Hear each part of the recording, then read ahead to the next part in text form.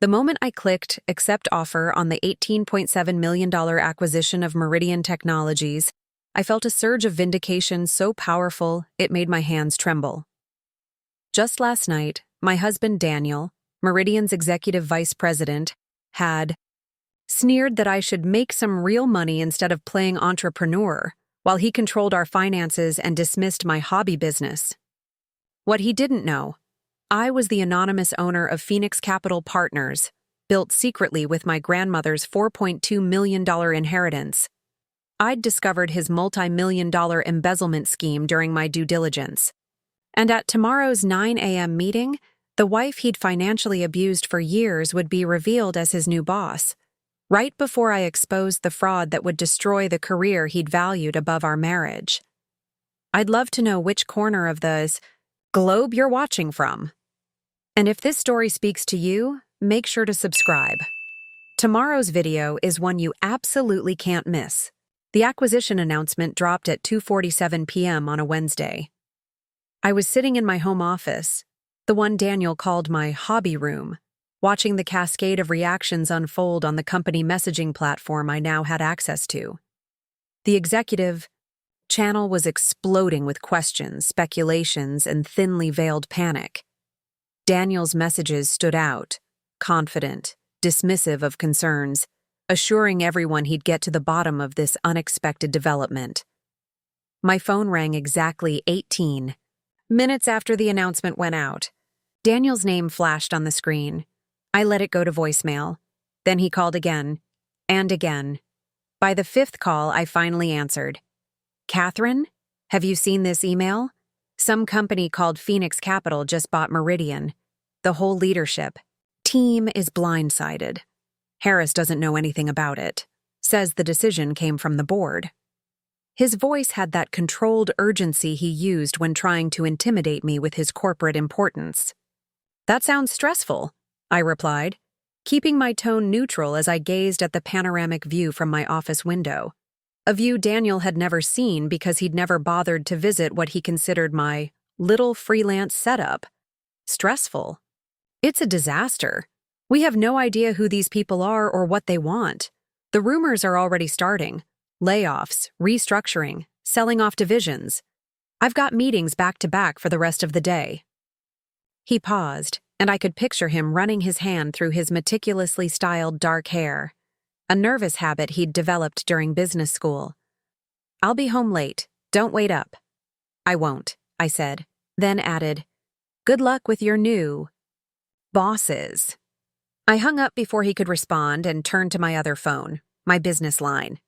5 missed calls from the Meridian Technologies board chair, 2 from the legal team handling the acquisition, and 1 from Rachel, my chief operating officer at Phoenix Capital, and the only person who knew the full extent of my plan. "Did you do it?" Rachel asked when I called her back. "Did you finally pull the trigger?" "It's done," I confirmed, feeling a strange lightness. The board approved the final offer this morning. Meridian Technologies is officially part of Phoenix Capital Partners. And Daniel still has no idea it's you? Not a clue. He just called, in a panic about his mysterious new bosses. Rachel's laugh held a note of vindication.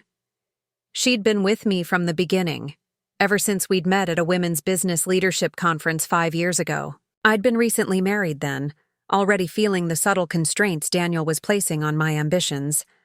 "So what's the plan?" "How are you going to tell him?" Rachel asked. I glanced at the calendar on my wall where tomorrow's date was circled, in red. "The new leadership introduction meeting is scheduled for 9 a.m. tomorrow.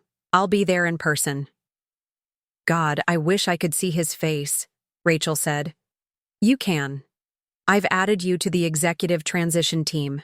You'll be there representing Phoenix Capital's leadership." As I hung up, I allowed myself a moment to reflect on how I'd arrived at this point. 6 years ago, I'd been Catherine Williams, a rising star in management consulting with an MBA from Wharton and a reputation for turning struggling businesses around. Then I met Daniel Morgan, charming, ambitious, and seemingly supportive of my career. Our whirlwind romance led to marriage within a year. The first subtle changes came shortly after. Comments about how my consulting hours were unsustainable for a marriage. Suggestions that I scale back to focus on us. Questions about my client meetings that gradually morphed into accusations. By our second anniversary, I'd scaled my consulting business back to part-time, and Daniel had taken over our household finances to reduce my stress. He established a monthly allowance for me from my own earnings. When I objected, he presented spreadsheets showing how my unpredictable income was jeopardizing our financial stability. "This is for our future," he'd insisted. "Once I make partner, you won't have to work at all." What Daniel didn't know was that 2 weeks before he'd proposed, my grandmother Elizabeth had passed away, leaving me her entire estate, $4.2 million in assets and investments. She'd been a pioneering businesswoman in the 1960s who'd faced similar diminishment from her own husband. Her will had come with a letter. "This money is yours alone, Catherine. Use it to ensure your independence, no matter what." Honoring her wisdom, I'd kept the inheritance secret, watching as Daniel's controlling behavior escalated. When I discovered I was pregnant 3 years into our marriage, his grip tightened further. "You can't possibly keep working with a baby," he'd insisted. "Your little business hardly makes enough to cover childcare anyway." I'd lost the pregnancy at 4 months. Daniel had been supportive for exactly 2 weeks before suggesting that everything happens for a reason and that we should focus on his career for now. It was during my recovery that I'd made my decision. Using my inheritance as capital, I quietly established Phoenix Capital Partners, a private investment firm specializing in acquiring undervalued tech companies. I hired Rachel, whom I trusted implicitly, to be the public face of the company while I operated as the silent owner and strategic director. For 5 years, I built Phoenix Capital from the shadows, using my consulting business as cover. Daniel believed I was barely keeping afloat, taking on small clients and making a modest income. In reality, Phoenix Capital had acquired 7 companies, restructured them to profitability, and grown my grandmother's initial investment to over $30 million. I might have continued this double life indefinitely if I hadn't discovered Daniel's betrayal 6 months ago. It had been a routine dinner with another couple, Jason and Melissa Chen. Jason was a finance director at Meridian Technologies, working under Daniel. After several drinks, Jason had mentioned a discrepancy he'd found in the company's international accounts. "Daniel shut it down immediately," Jason had said, not noticing how my husband stiffened beside me. "Said it was part of a special executive project and not to worry about it." A lot of love and effort went into bringing this story to life. If you're enjoying it, we'd be so grateful if you'd subscribe to our channel. Now, back to where we left off. That night, after Daniel had fallen asleep, I accessed his laptop using the password I'd seen him enter countless times, my birth date followed by his initials. What I found was staggering, evidence of a sophisticated embezzlement scheme involving Meridian's Asia-Pacific contracts. Daniel and 2 other executives had been siphoning funds through shell companies for nearly 3 years. Based on the documents, they'd already diverted over $5 million. Instead of confronting him immediately, I'd formulated a more strategic response. Through Phoenix Capital, I initiated discreet conversations with several members of Meridian's board, expressing interest in an acquisition. The company had been underperforming for years under its current leadership, making it a prime target. My due diligence team, working without knowledge of my personal connection, found extensive evidence of the embezzlement, which I quietly compiled without revealing to the board. Their discovery gave me additional leverage in negotiations, allowing me to acquire the company at a significantly reduced price. As I sat in my office waiting for tomorrow's revelation, I felt not the vindictive triumph I'd expected, but a calm certainty that I was finally reclaiming control of my life. Daniel had spent years making me doubt my worth, my capabilities, and my financial acumen. Tomorrow would change everything. My computer chimed with a calendar reminder. 9 a.m. Meridian Technologies HQ Executive Introduction Meeting. I confirmed my attendance, then began preparing the presentation that would reveal to Daniel exactly who he'd been underestimating all these years. The irony wasn't lost on me. For years, Daniel had insisted on controlling our finances because he claimed I lacked business sense. Tomorrow, he would discover that his financial future now rested entirely in my hands. 6 years earlier, my life had been unrecognizable from what it had become. I was Catherine Williams, 32 years old and making waves in Boston's competitive consulting world. My specialty was corporate restructuring, swooping into troubled companies, identifying inefficiencies, and transforming them into streamlined operations. I had a corner office overlooking the Charles River, a close circle of ambitious friends, and the freedom that comes with financial independence. My colleagues often joked that I could spot a failing business model faster than most people could identify a menu item. Catherine doesn't just see the numbers, my mentor Elaine once said. She sees the story they're trying to hide. This intuition had earned me both respect and resentment in equal measure. Men twice my age would bristle when I walked into boardrooms, only to reluctantly acknowledge my insights hours later. I'd been single for 3 years after ending a relationship with a fellow consultant who couldn't handle that I'd been promoted ahead of him. Dating had taken a backseat to building my career, and I was perfectly content with that arrangement. My grandmother Elizabeth, my hero and role model, had taught me that financial independence was the foundation of a woman's freedom. Never put yourself in a position where you need a man's permission to make decisions about your own life, she told me repeatedly throughout my childhood.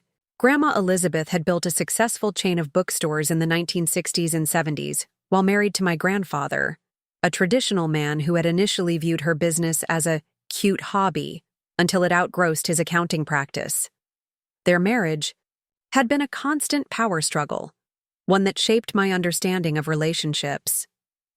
When she passed away, leaving me her substantial estate, her attorney handed me a sealed letter along with the will. "Wait until you're alone to read this," he'd advised.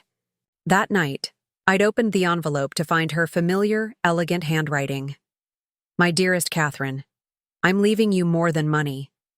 I'm leaving you the freedom I fought decades to achieve. This inheritance is yours alone. Not for a husband, not for in-laws, not for anyone who would use it to control your choices. Keep it separate, keep it safe. It may be your lifeline someday, as building my own wealth was mine. Trust your instincts about people. I've watched you grow into a shrewd judge of character in business. Apply that same scrutiny to your personal life. All my love, Grandma Elizabeth." I'd taken her advice to heart, establishing separate accounts for the inheritance and investing it conservatively. I rarely touched it, preferring to live on my substantial consulting income. The inheritance became my secret safety net, something I never discussed with anyone. Then, at a charity gala for Boston Children's Hospital, I met Daniel Morgan. Tall, with dark hair and magnetic confidence, he approached me during the silent auction. I was bidding on a weekend in Nantucket. "You're going to lose that auction," he said, peering over my shoulder.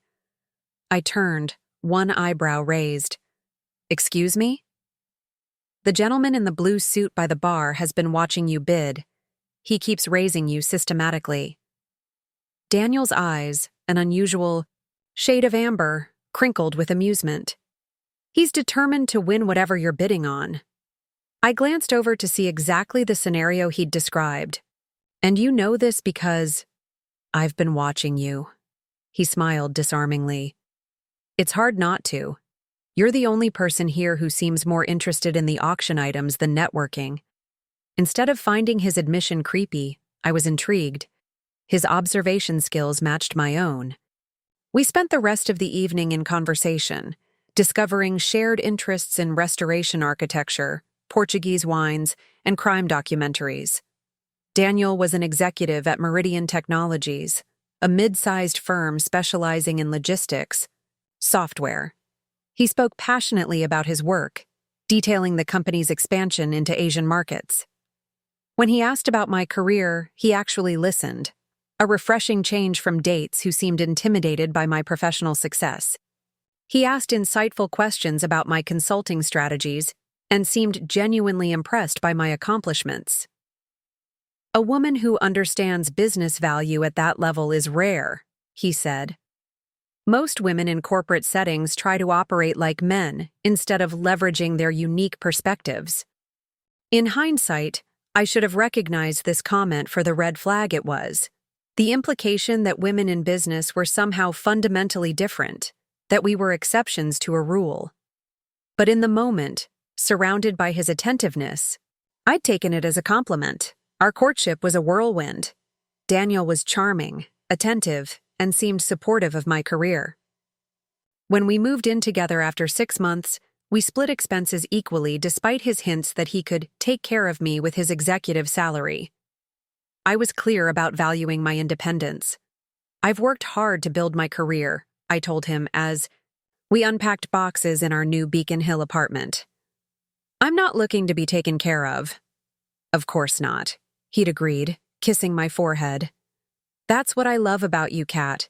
You're not like other women I've dated, always looking for security. You stand on your own. The proposal came on New Year's Eve, a perfectly orchestrated moment at the stroke of midnight with a flawless 3-carat diamond. When I hesitated briefly, marriage hadn't been on my immediate horizon. Daniel had interpreted it as concern about my career. I would never ask you to give up what you've built, he assured me. We're equals in this relationship. Always will be. Looking back, I can see how calculated his approach was. He'd identified what I valued most, my independence, and promised to respect it, knowing that traditional displays of control would send me running. Instead, the changes after our wedding were subtle, gradual, almost imperceptible until they became my new normal. It started with small comments about my work hours. Another late night? He'd ask when I came home after 8 p.m., his tone balancing between concern and disapproval. I barely see you anymore. Then came suggestions that I was pushing myself too hard. You look exhausted, Kat. Maybe you should scale back a bit. We don't need both of us working corporate hours to live comfortably. By our first anniversary, the comments had evolved into more direct pressure.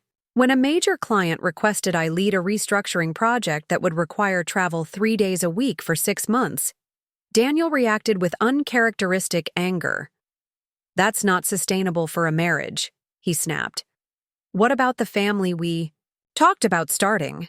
Are you planning to be pregnant in airport lounges? Give birth between client meetings? We'd never actually discussed starting a family on any specific timeline, but suddenly my career choices were being framed as selfish impediments to our future children. That argument ended with me declining the project, the first time I'd ever turned down an opportunity for personal reasons. That decision became the first thread pulled in the unraveling of my career. Other threads followed. I reduced my client load to focus on work-life balance. I turned down a partnership track position because it would have meant more hours. I gradually shifted to taking smaller, local clients that required less travel and commitment. Meanwhile, Daniel's career flourished. He received 2 promotions in 3 years, climbing to Executive Vice President of International Operations at Meridian.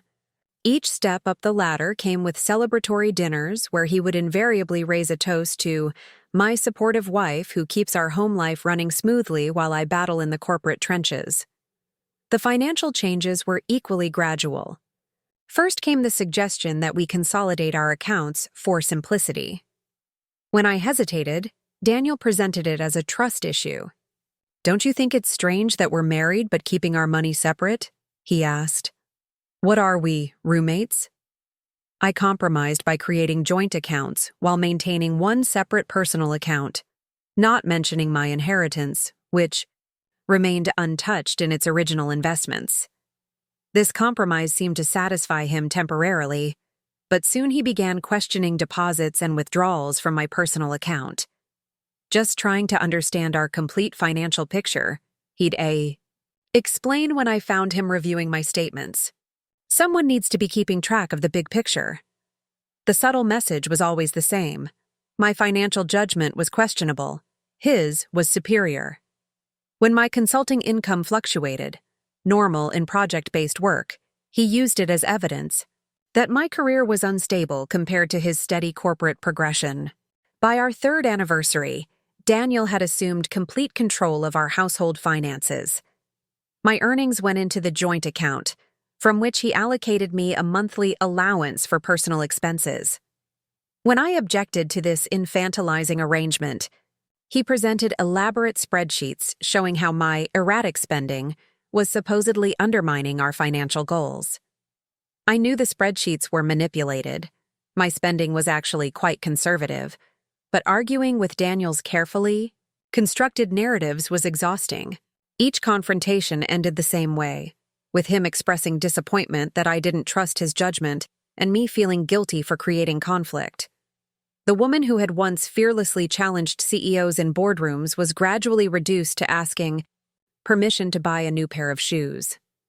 The financial analyst who had restructured multi-million-dollar corporations now doubted her ability to manage a household budget.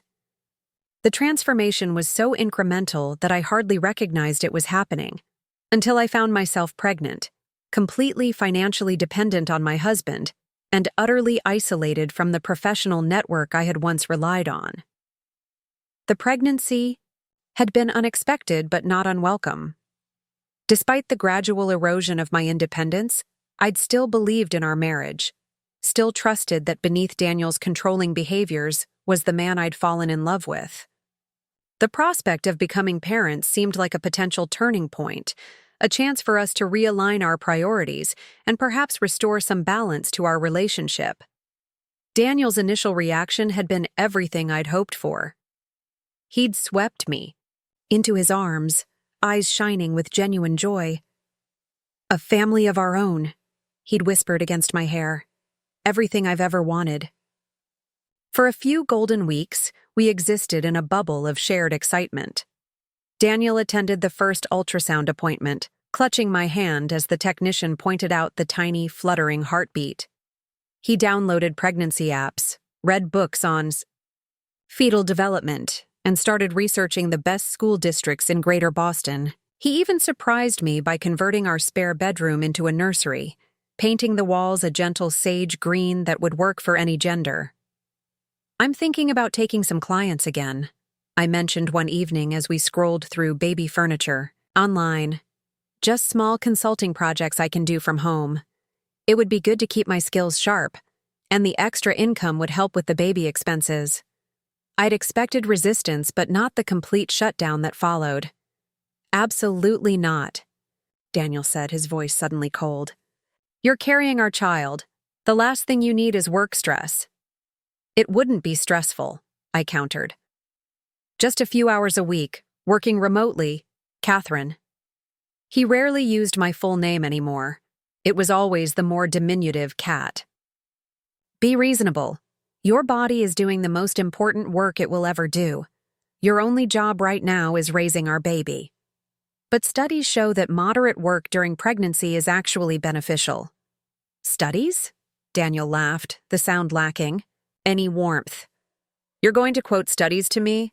This isn't a business decision, Kat. This is our family." I felt the familiar tightness in my chest that had become my body's response to these confrontations. I just thought, "You need to stop thinking like a consultant and start thinking like a mother," he interrupted. "Besides, what client would even hire you in your condition? It would be a 3-month project at most before you'd have to quit." The comment stung with its casual cruelty, the implication that my pregnancy somehow diminished my professional value. But like so many times before, I swallowed my objections, telling myself that harmony was more important than winning an argument. That evening marked the beginning of a subtle shift in how Daniel viewed me, no longer as his wife, but primarily as the vessel carrying his child. The pregnancy progressed normally until the 4th month. I'd been experiencing mild cramping for several days, but had dismissed it as normal stretching sensations. Then, during a routine checkup, the doctor couldn't find a heartbeat. An emergency. Ultrasound confirmed what I already knew in my heart. Our baby was gone. Daniel was in Singapore on business when it happened. Through my grief-stricken haze, I remembered calling him from the hospital, struggling to form the words through my tears. "I lost the baby," I finally managed to say. The silence on the other end lasted so long I thought we'd lost the connection. "Daniel, are you there?" "Yes." His voice sounded distant, controlled. "What happened? What did you do?" The question hit me like a physical blow. What did I do? "You must have done something. Were you working secretly? Exercising too much?" I couldn't process what I was hearing. Through my tears, I tried to explain what the doctor had told me, that miscarriages are common, that it wasn't my fault, that sometimes embryos have chromosomal abnormalities incompatible with life. "I'll get the next flight home," he finally said, his tone businesslike. "Stay with your friend Megan until I get there. I don't want you alone." I nodded mutely, forgetting he couldn't see me, before whispering a broken "okay" and ending the call. Daniel returned 26 hours later, walking into our apartment where I lay curled on the couch, hollowed out by grief and the D&C procedure the doctors had performed. He sat beside me, placed a hand on my shoulder, and said all the right things about how we would get through this together. But there was a detachment in his eyes, a coolness I'd never seen before. For exactly 2 weeks, Daniel was the model of a supportive husband. He took time off work, handled all household tasks, monitored my physical recovery, and fielded calls from concerned friends. But there was something mechanical about his care, as if he were executing a project plan titled "Supporting Wife After Miscarriage," with perfect technical precision, but no emotional investment. Then came the conversation that would haunt me for years. We were having dinner, the first meal I'd felt well enough to prepare since losing the baby. The physical reminders of the pregnancy were fading, but the emotional wound remained raw and gaping. "I've been thinking," Daniel said, carefully cutting his steak into precisely even pieces. "Everything happens for a reason." I looked up, fork suspended midway to my mouth. "What?" "The miscarriage. Maybe it was meant to be." He took a sip of his wine, eyes never leaving mine. We were rushing into parenthood without a solid foundation. The casual cruelty of his words left me speechless. "What I mean," he continued, misinterpreting my silence as confusion rather than shock, "is that our priorities might need adjustment. Your focus on your career was creating instability, and now we've seen how stress affects your body's ability to maintain a pregnancy." My hand began to tremble so violently that I had to set down my fork. "Are you saying I caused the miscarriage by wanting to work?" Daniel sighed as if I were deliberately misunderstanding him. "I'm saying that everything in life requires the right conditions to thrive. A plant needs the right soil, the right amount of sunlight. A baby needs a mother whose primary focus is creating a nurturing environment. 1 in 4 pregnancies end in miscarriage," I said, my voice barely above a whisper. The doctor said it was nothing I did or didn't do. Daniel reached across the table to pat my hand condescendingly. "Doctors say whatever will make patients feel better. But we both know that high-achieving women often struggle with pregnancy. Your body was sending you a message." I pulled my hand away, tears burning behind my eyes. "What message?" "That we need to reprioritize. Focus on my career advancement for... Now I'm up for the senior VP position next quarter. Once we're financially where we need to be, you can try again. But next time, with complete focus on motherhood." The conversation marked a turning point in our marriage, the moment when the last illusion I had about Daniel's character shattered completely. In his worldview, I had failed at the one task he now deemed appropriate for me, producing his child. My worth as a wife had been diminished, and with it, any pretense of partnership in our relationship. In the weeks that followed, Daniel threw himself into work with renewed intensity. He was rarely home before 9, often worked weekends, and scheduled another extended trip to Singapore. His emotional withdrawal was complete. Left alone in what increasingly felt like a beautiful prison, I found myself standing in the doorway of the half-finished nursery one afternoon. The sage-green walls, the assembled crib, the small stuffed animals arranged on a shelf, all of it represented hopes that had been crushed not just by biology, but by the cold reality of my marriage. I closed the door on that room and made a decision. If Daniel wanted to focus exclusively on his career, I would use this time to rebuild something of my own. With no pregnancy to reveal my activities and Daniel's constant absence, I had an opportunity I hadn't anticipated: freedom from surveillance. The next morning, I withdrew $10,000 from my inheritance, the first time I'd touched that money since receiving it, and opened a new account at a different bank. I then reached out to Elaine, my former mentor, requesting a discreet meeting. We met at a small cafe in Cambridge, far from the financial district where we might be recognized. Elaine, now in her 60s with elegant silver hair and the same sharp eyes I remembered, listened without interruption as I outlined what my marriage had become. "I wondered what happened to you," she said when I finished. "One minute you were on track for partnership, the next you were turning down prime assignments and eventually disappeared altogether. I assumed you'd found a position elsewhere." "I found a prison," I replied, surprising myself with the bitterness in my voice.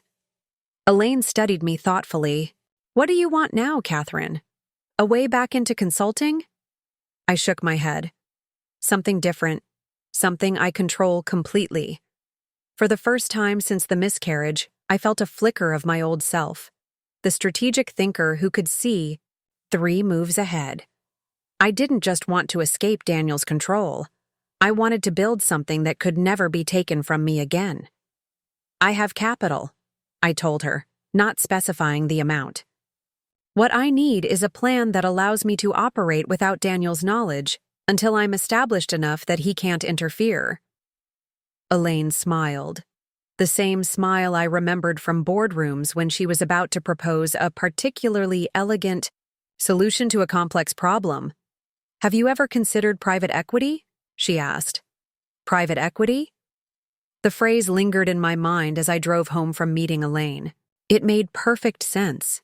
A business structure that would allow me to operate behind corporate veils and investment entities, creating layers of privacy that would shield my activities from Daniel's scrutiny.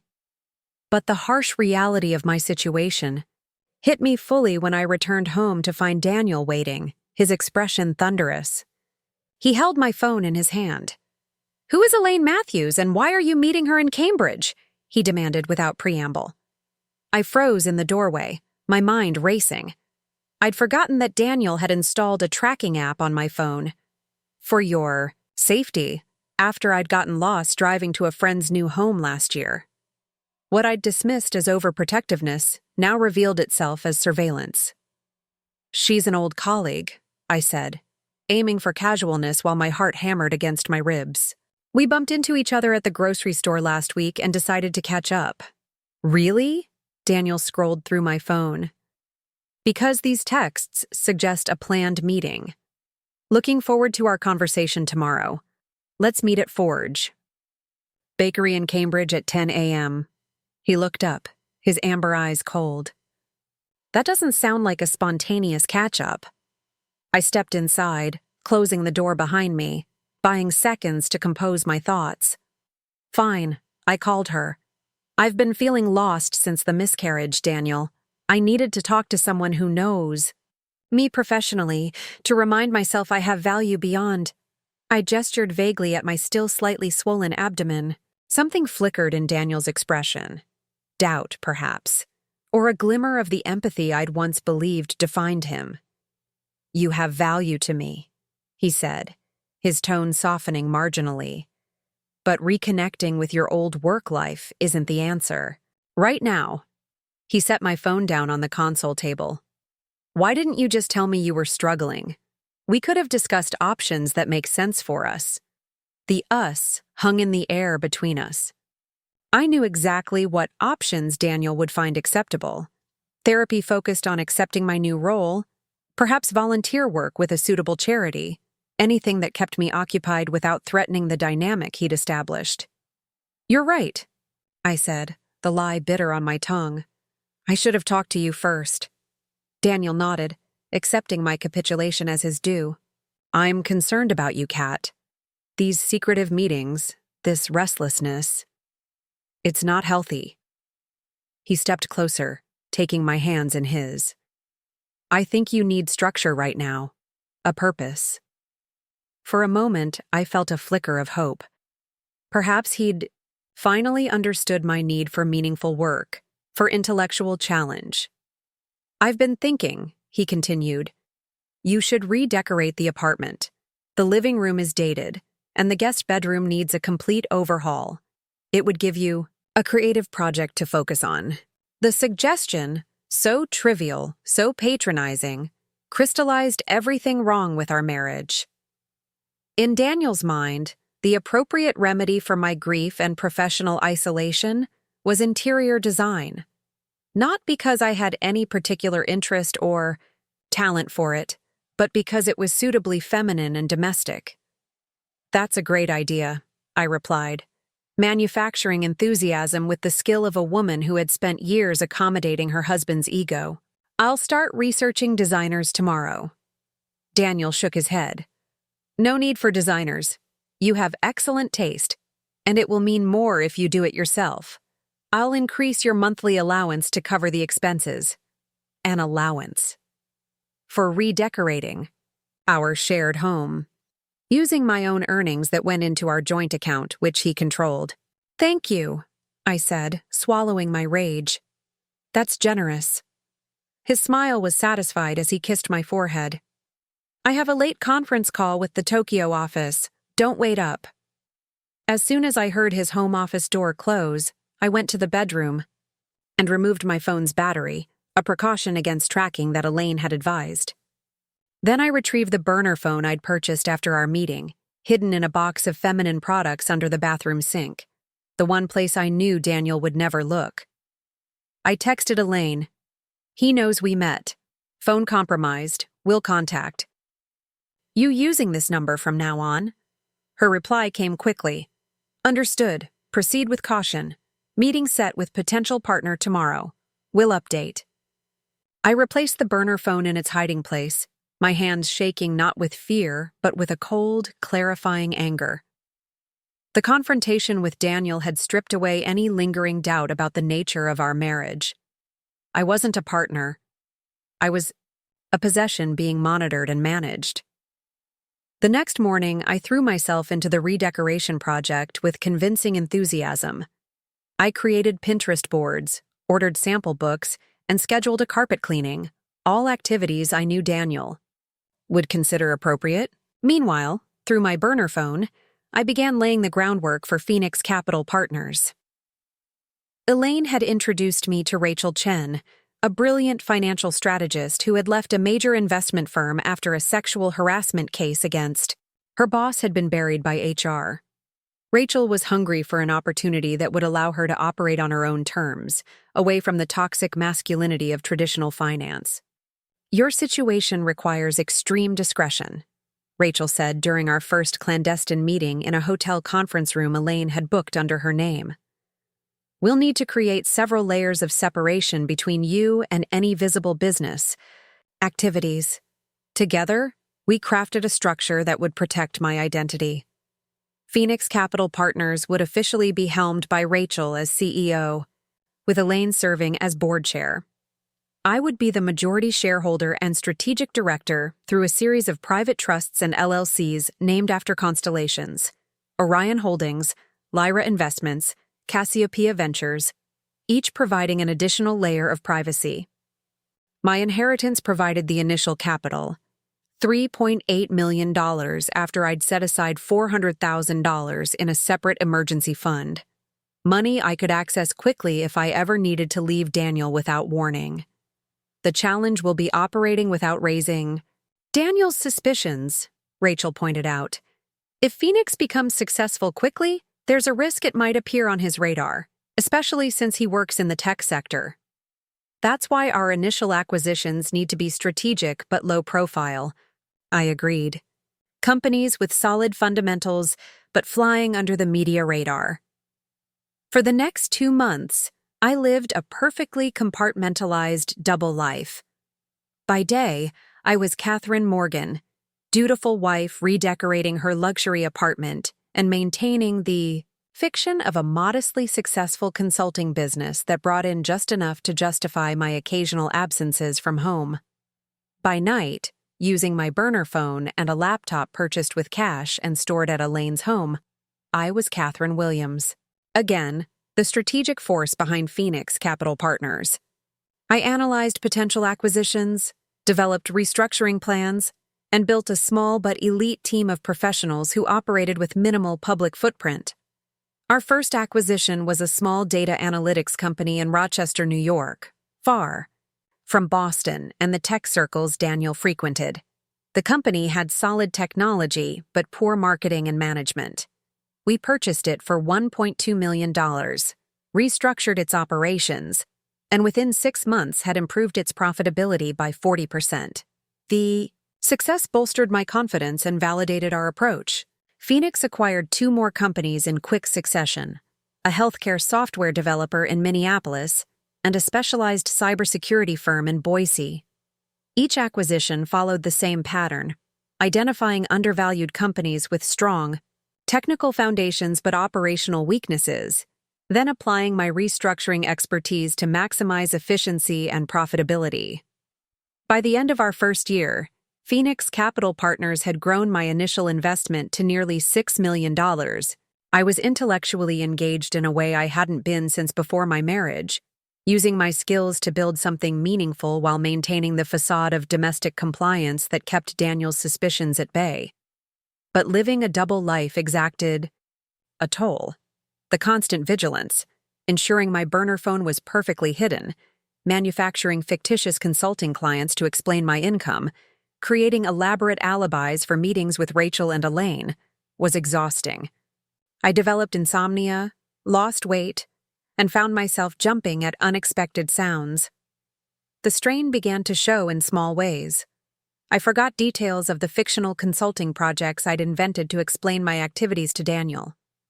I slipped and mentioned Phoenix in casual conversation, quickly covering by claiming it was the name of a client's daughter. I accidentally left acquisition analysis notes in my purse, only remembering when Daniel asked to borrow my lip balm. The closest call came when Daniel surprised me with tickets to a tech industry gala. On the same evening, I had scheduled a crucial meeting with potential investors for our next acquisition. I fabricated a stomach virus, complete with convincing bathroom sound effects, then snuck out after he left alone for the event. When I returned home, flushed with success after securing $2 million in additional investment capital, I found Daniel waiting in the darkened living room. "Feeling better?" he asked, his voice deceptively casual. "A little," I said, pressing a hand to my stomach.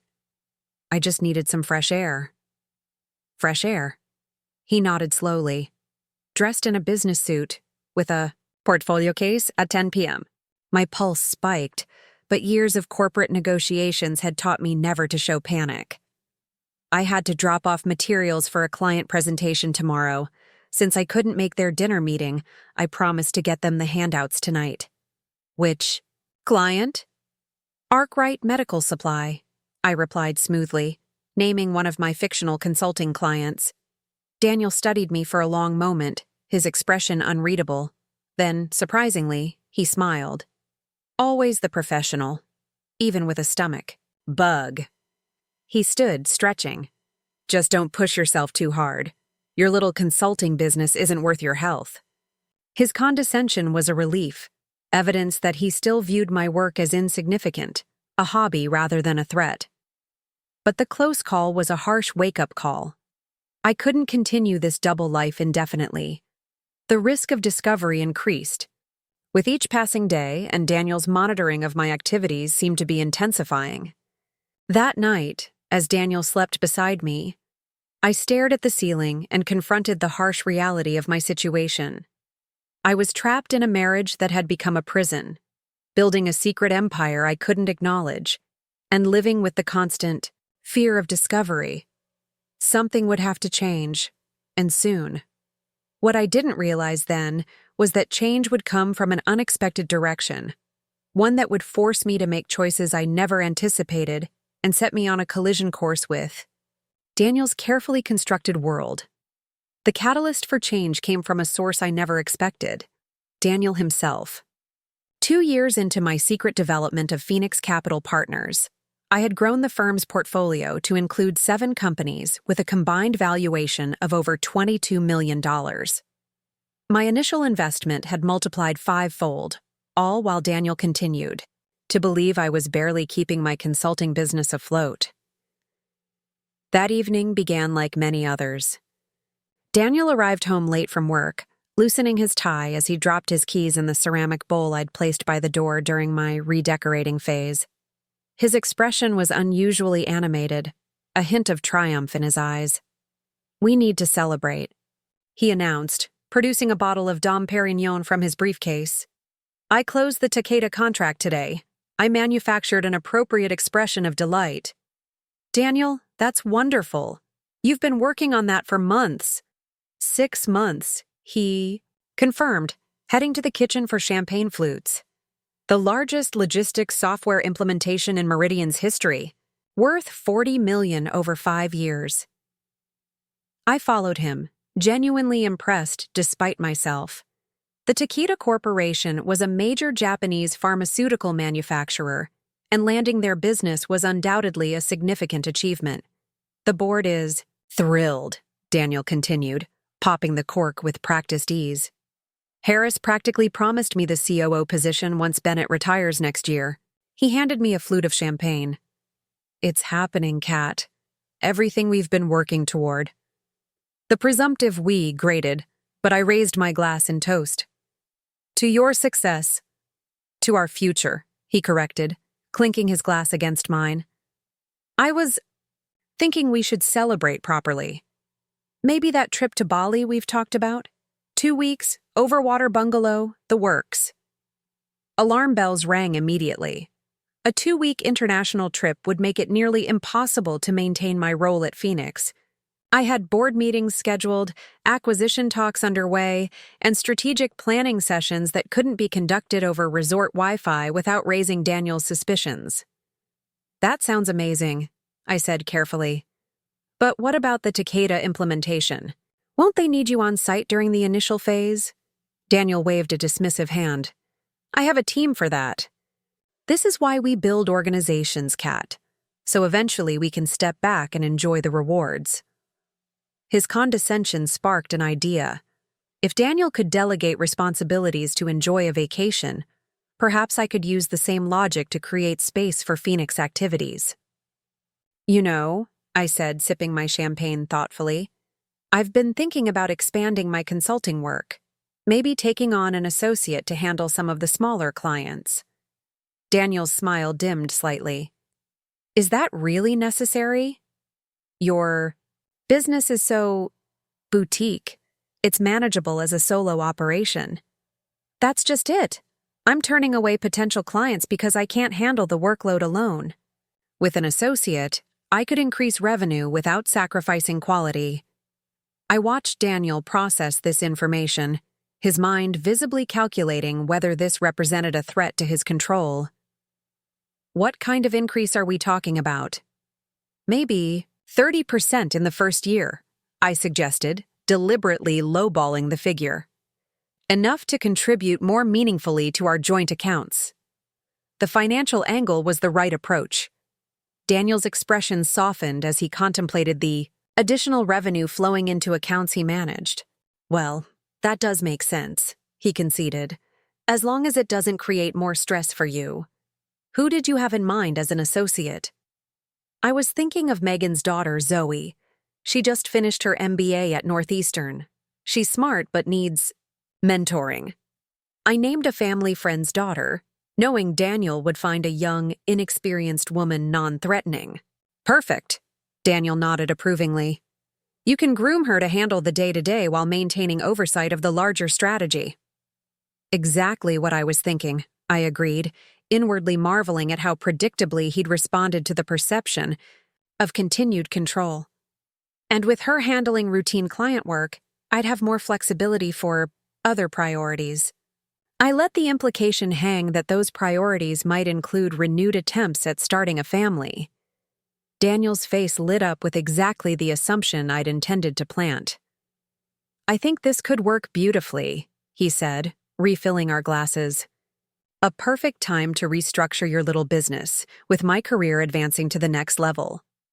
The patronizing description of my little business might once have stung. Now it was precisely the underestimation I needed to exploit. By the end of the evening, Daniel had not only endorsed my plan to hire an associate, but had suggested I use one of Meridian's unused satellite offices to give your operation a more professional appearance. The offer was unexpected, but perfect. AI, separate workspace, legitimized by Daniel himself, where I could conduct Phoenix business without constant fear of discovery. His desire to help me present a more professional image would inadvertently provide exactly the operational security I needed. The following week, I made a show of interviewing Zoe for the associate position, which she accepted with genuine enthusiasm. What Daniel didn't know was that I also hired her into Phoenix Capital Partners as a junior analyst, creating a seamless integration between my cover story and my actual business operations. With Zoe handling routine client communications, for my consulting cover and a legitimate separate workspace, I finally had room to breathe. I could take calls, review documents, and conduct meetings without constantly looking over my shoulder. The irony wasn't lost on me. Daniel's patronizing help had actually liberated me. It was in this new office, 3 weeks after moving in, that I first encountered information that would change everything. I was working late, reviewing acquisition proposals for a small manufacturing technology firm in Wisconsin, when Daniel unexpectedly appeared at the door. "Surprise," he said, holding up a bag from our favorite Thai restaurant. "Thought my hardworking girls might need dinner." I quickly minimized the Phoenix documents on my laptop screen, grateful that Zoe had already left for the day. "That's thoughtful," I said, clearing space on the desk for the food. "What brings you to this part of town?" "Board meeting ran late," he explained, unpacking containers of pad thai and green curry. "Thought I'd check out your new setup. It's not bad. The furniture's dated, but the location is decent." "It's perfect for our needs," I assured him, watching as he glanced around the modest 2-room suite. "Zoe's been a great addition. She's already taken over 3 client accounts completely." Daniel nodded absently, his attention caught by a stack of industry reports on Zoe's desk. "Technology manufacturing? That's a departure from your usual healthcare and retail clients." "Market expansion," I said smoothly. "Zoe's father-in-law owns a machine parts company. He's been advising us on potential clients in that sector." The lie came easily, born of 2 years' practice in constructing plausible explanations for any aspect of my double life that Daniel might glimpse. He accepted it without question, already moving on to telling me about his board meeting. "The Takeda contract has everyone excited, but there are concerns about our Asia-Pacific infrastructure," he explained between bites of pad thai.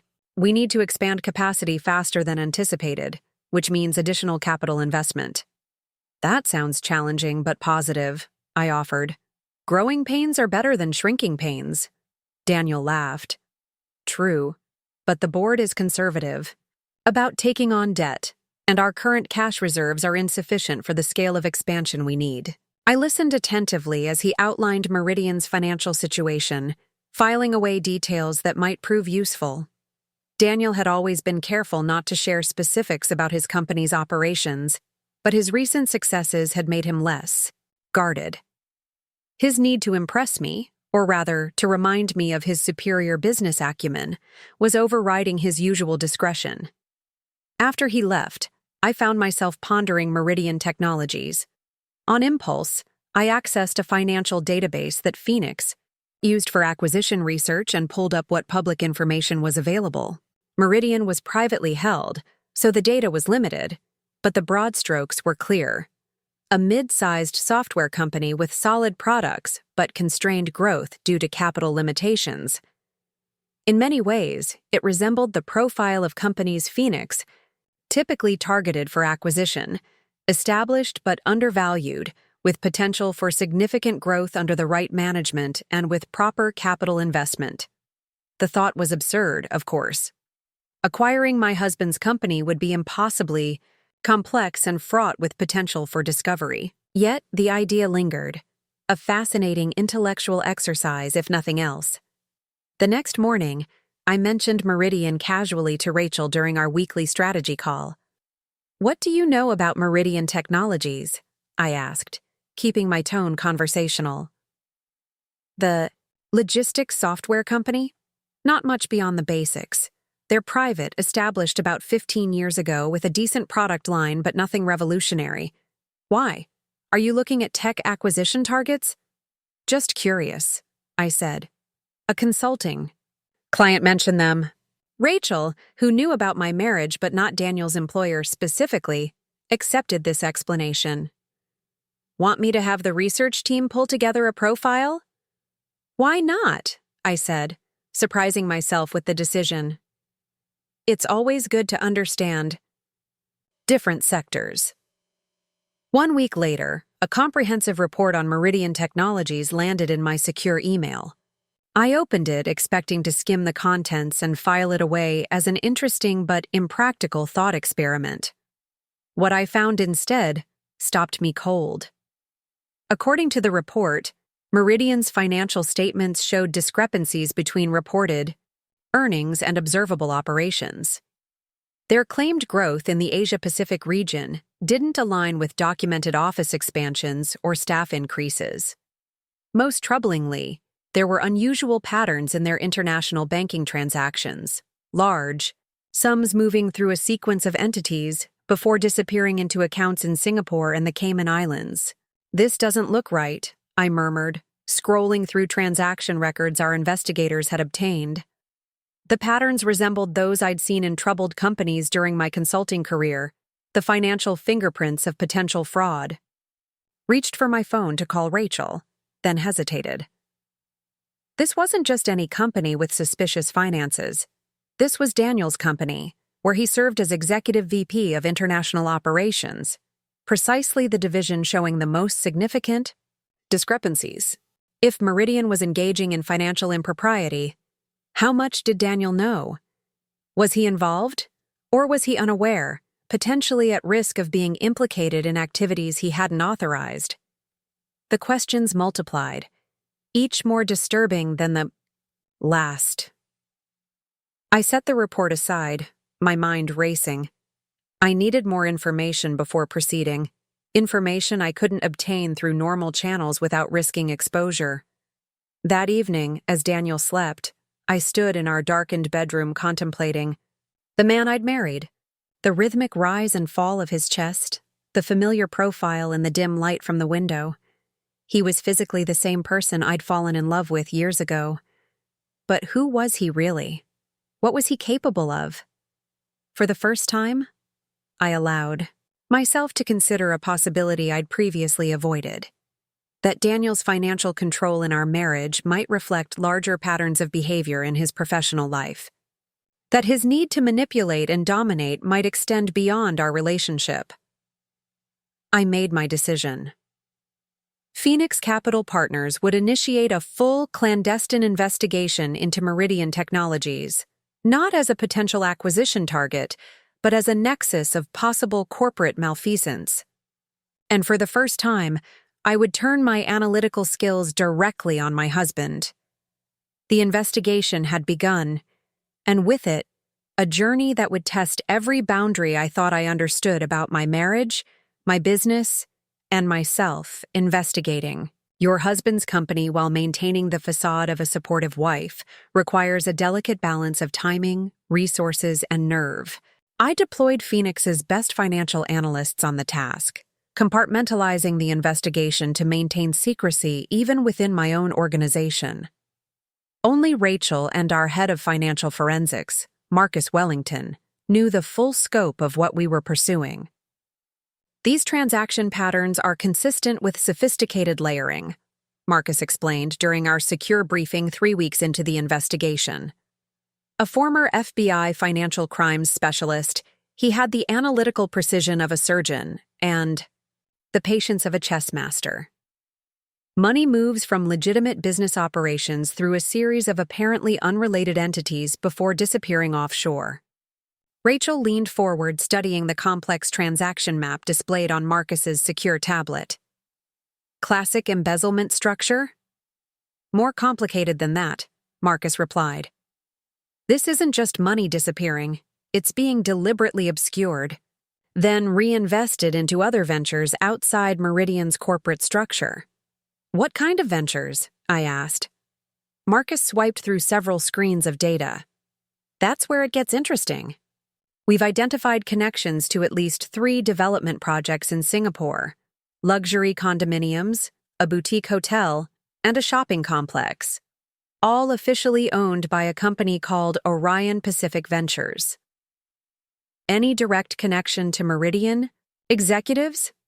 Nothing on paper, Marcus admitted. Orion Pacific is registered in Singapore with shell company owners, but the timing of fund transfers from Meridian accounts correlates exactly with major payments for these development projects. I sat back, processing the information. The amounts involved were significant, nearly $5 million diverted over the past 3 years, according to Marcus's estimates. The sophistication of the scheme suggested professional expertise in financial concealment. We need someone inside, I said finally. These financial trails tell us what's happening, but not who's orchestrating it. Rachel nodded. I have a contact at Meridian, Alexis Patel, in accounting. We worked together at Goldman years ago. I could approach her discreetly. The suggestion made sense, but the risks were substantial. Any connection to Phoenix would raise red flags. If Daniel discovered we were investigating Meridian, we can create a buffer, Marcus suggested. Have Alexis approached by a third party, perhaps a financial journalist working on a story about investment patterns in Singapore. Someone who doesn't know they're ultimately feeding information to us. The plan was elegant in its indirection. We recruited Diane Westfield, a freelance financial journalist with legitimate credentials, but no connection to Phoenix, to approach Alexis under the pretext of researching a story on Singapore's development boom. Diane didn't know who had commissioned her research, only that she was being generously compensated to gather specific information about Meridian's international financial operations. 2 weeks later, Diane delivered her first report. Alexis had been cautious but informative, confirming that Meridian's Asia-Pacific division operated with unusual autonomy from corporate financial oversight. She had mentioned concerns about non-standard approval protocols for certain international transactions, all authorized by a small group of executives, including Daniel. The information was suggestive but not conclusive. We needed more: internal documents, email correspondence, authorization chains for the suspicious transactions. But obtaining these would require more direct access than a journalist's interview could provide. The breakthrough came unexpectedly, through Daniel himself. During dinner one evening, he mentioned offhandedly that he would be traveling to Singapore for 10 days to finalize details of the Takeda implementation. When do you leave? I asked, keeping my tone casual despite the opportunity suddenly presenting itself. Sunday morning. Back the following Tuesday. He refilled his wine glass. I'll try to wrap things up sooner, but you know how these international negotiations can drag on. I did indeed know. I had handled enough of them during my consulting career. What I also knew was that 10 days would give me unprecedented access to Daniel's home office, computer, and files. I'll miss you, I said, reaching for his hand across the table. But I understand how important this is for your career. Daniel smiled, squeezing my hand. This is why you're the perfect partner, Kat. You understand the sacrifices success requires? If only he knew the kind of sacrifices I had actually made, of my independence, my professional identity, my authentic self. But soon, perhaps, he would. Sunday morning arrived with its opportunity. I drove Daniel to the airport, playing the dutiful wife seeing her husband off on an important business trip. As soon as his flight status showed departed, I returned home and immediately went to work. Daniel's home office was meticulously organized, files arranged by project, reference materials cataloged by subject. He had always been particular about his workspace, a trait I had once found endearing, but now recognized as part of his need for control. That same meticulousness made my task easier. I knew exactly where to look for relevant documents. His computer was password protected, of course. But Daniel had made the common mistake of using variations of the same password across multiple systems. I tried the pattern I had observed him use for other accounts: his birth month, the year Meridian was founded, and his initials. On the third variation, the screen unlocked. What I found confirmed our suspicions and revealed a deception more elaborate than I had imagined. Email correspondence between Daniel and two other Meridian executives, CFO Lawrence Winters and Asia-Pacific Regional Director James Chen, detailed the systematic diversion of company funds through the Singapore operations. But the most shocking revelation came from a folder labeled Orion Pacific, Personal. It contained property records, investment statements, and legal documents showing that Daniel, Winters, and Chen were the actual owners of Orion Pacific Ventures, the company developing luxury properties with funds diverted from Meridian. They had created an elaborate scheme to siphon company money into their personal real estate ventures, disguising the transactions as legitimate international business expenses. The properties were already showing substantial returns. The Singapore condominium project alone had appreciated by 40% since breaking ground. I photographed key documents, copied select files to a secure drive, and carefully returned everything to its original position. Then I expanded my search to Daniel's personal financial records, which he kept in a locked cabinet. The key was hidden precisely where I expected, in a small compartment in his desk drawer, beneath his passport. The personal financial statements revealed the extent of Daniel's deception in our marriage. While he had maintained tight control over my allowance and consistently painted a picture of carefully managed household finances with minimal excess, he had been maintaining separate accounts I knew nothing about, accounts showing deposits, totaling over $2 million in the past 2 years. My hands shook as I photographed these records.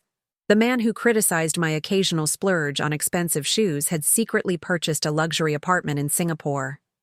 The husband who insisted we couldn't afford a renovation on our kitchen had invested $500,000 in a boutique hotel development. The financial controller who tracked every dollar I spent had been hiding millions. I replaced the documents, locked the cabinet, and returned the key to its hiding place. Then I sat in Daniel's ergonomic office chair, surrounded by the evidence of his double life, and experienced a strange sense of calm. The anger would come later, I knew, but in that moment, clarity prevailed. Daniel wasn't just embezzling from Meridian. He was embezzling from our marriage, diverting resources that should have been part of our shared life into his secret ventures, all while maintaining the fiction of financial constraint to keep me dependent and controlled. Over the next week, I used Daniel's absence to gather additional evidence, photograph more documents, and compile a comprehensive picture of the fraud. I accessed his emails remotely using the password I'd discovered, downloaded relevant correspondence, and tracked the money flows from Meridian to Orion Pacific Ventures. Working with Marcus and Rachel, I assembled a detailed report documenting the scheme. The evidence was damning and comprehensive: wire transfers, property records, corporate registrations, email exchanges discussing how to conceal the transactions from the Meridian board and other executives.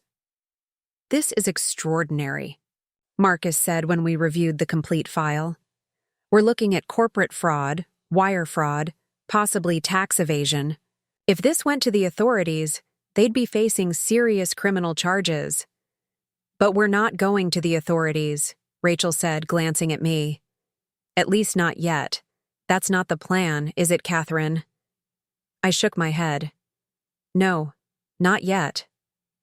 My expression must have revealed something of my internal calculations because Rachel's eyes widened slightly. You're considering an acquisition, she said. Not a question, but a realization. You want to buy Meridian. It's vulnerable, I pointed out. The fraud has weakened it financially, creating an opportunity. With this evidence, we could approach the board directly, bypass management entirely. Marcus looked concerned. That's an extremely high-risk strategy. If Daniel or the other conspirators realize what's happening before the deal is finalized, then I need to ensure they don't realize it, I said simply. And I need to structure the approach in a way that gives the board no choice but to accept our offer. We spent the remaining days of Daniel's absence developing the acquisition strategy. Phoenix would approach Meridian's board through intermediaries, presenting evidence of the fraud along with a fair offer to purchase the company at a reasonable valuation, contingent on the quiet removal of the executives involved. By the time Daniel returned from Singapore, tanned and triumphant with news of successfully finalized contracts, I had set in motion the plan that would ultimately expose his deception. As I welcomed him home with a convincing display of wifely devotion, I felt like an actress playing a role. One final performance before the curtain fell on our marriage. I've missed you, he said, pulling me into an embrace that once would have felt like coming home, but now felt like an intrusion. Singapore was productive, but exhausting. I can imagine, I replied, thinking of the luxury condo he had visited. While there, the one my investigator had photographed him entering. I'm just glad to have you back. What Daniel couldn't know was that while he'd been advancing his secret real estate empire in Singapore, I had been laying the groundwork to acquire not just his company, but control over his entire professional future. The deeper deception wasn't just his fraud scheme at Meridian. It was the fundamental lie at the heart of our relationship, that I was the financially naive wife who needed his guidance and control, when in reality, I was about to become the owner of his corporate world. The strategy to acquire Meridian. Technologies required perfect timing and irrefutable evidence. One misstep, one document out of place, and Daniel would realize what was happening. I needed to build a case so compelling that Meridian's board would have no choice but to accept my offer. My first challenge was accessing additional internal documents without Daniel's knowledge. The evidence I'd gathered during his Singapore trip was substantial, but not comprehensive enough to present to the board. We needed internal financial reports, board meeting minutes, and documentation of the approval processes that had allowed the fraud to continue undetected. We need someone inside Meridian's executive suite, I told Rachel during our strategy session. Someone with access to sensitive documents but no loyalty to Daniel or the other conspirators. Rachel considered this. What about Daniel's assistant? Executive assistants often have broader access than anyone realizes, and they're frequently overlooked. It was a promising avenue. Daniel had mentioned his assistant Vanessa several times, usually to complain about her lack of initiative or attention to detail. From his comments, I had gleaned that she was competent but underappreciated, exactly the type of employee who might be receptive to an approach. How do we contact her without raising suspicions? I asked. Leave that to me, Rachel said with a knowing smile. I have a method that's worked before. Rachel's method proved both simple and effective.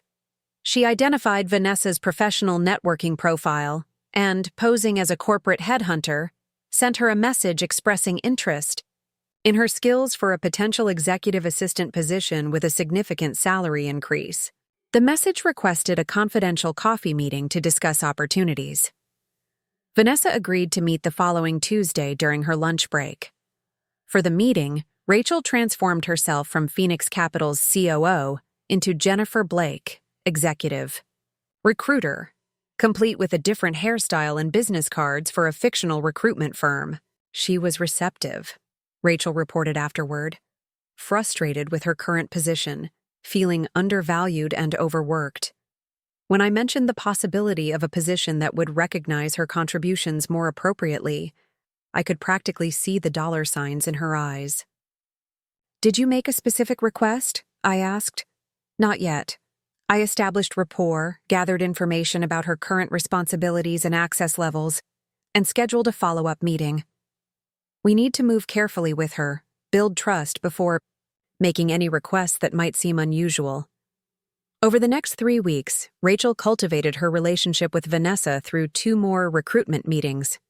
She learned that Vanessa had comprehensive access to Daniel's email, calendar, and document storage, a digital master key to Meridian's executive operations.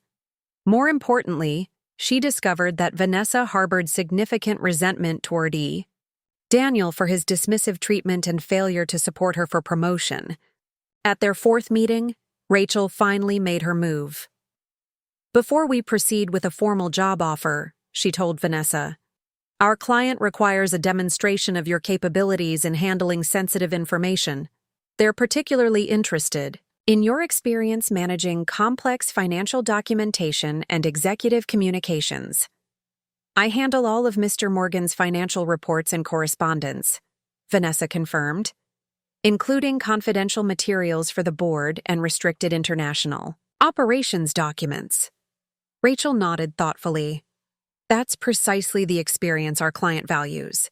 Would you be comfortable providing examples of these materials, with any identifying information redacted, of course, just to demonstrate your familiarity with that level of documentation?" It was a calculated risk. If Vanessa reported the request to Daniel, the entire operation would be compromised. But Rachel had assessed her carefully, recognizing the particular frustration of an intelligent, capable woman kept in a subordinate position by a man who undervalued her contributions, as a SAR. Frustration I understood all too well. Vanessa hesitated only briefly before agreeing. "I can provide samples of the types of reports I manage. Would financial operations summaries for the Asia-Pacific region be suitable? Those demonstrate the complexity of the documentation I handle regularly." Rachel maintained her professional demeanor despite the perfect opening Vanessa had unwittingly provided. "That would be ideal, particularly any materials showing approval chains for major financial transactions. Our client's organization has similar international operations and needs someone familiar with those processes." 2 days later, Vanessa delivered a digital folder containing exactly what we needed: internal reports on Meridian's Asia-Pacific operations, including the transaction approval documentation that connected Daniel Winters and Chen directly to the fraudulent fund transfers. The materials confirmed what we had already suspected, but provided the crucial official documentation required to approach Meridian's board. Most damning was an email chain in which Daniel explicitly directed the rerouting of funds from a legitimate project to Orion Pacific Ventures through a series of shell companies. "What should I tell her?" Rachel asked after delivering the documents. "She's expecting a job offer." "Create one," I said. "A legitimate position at one of our portfolio companies. She deserves better than working for Daniel, and we might need her cooperation during the transition after acquisition." With Vanessa's documents in hand, we expanded our investigation, tracing the money flows through each step of Daniel's elaborate scheme. We identified every shell company, every intermediary account, every property investment. We compiled statements showing the precise timing of funds leaving Meridian and arriving in Orion Pacific Ventures accounts. Marcus created a comprehensive financial forensics report documenting the fraud in meticulous detail. The evidence was irrefutable.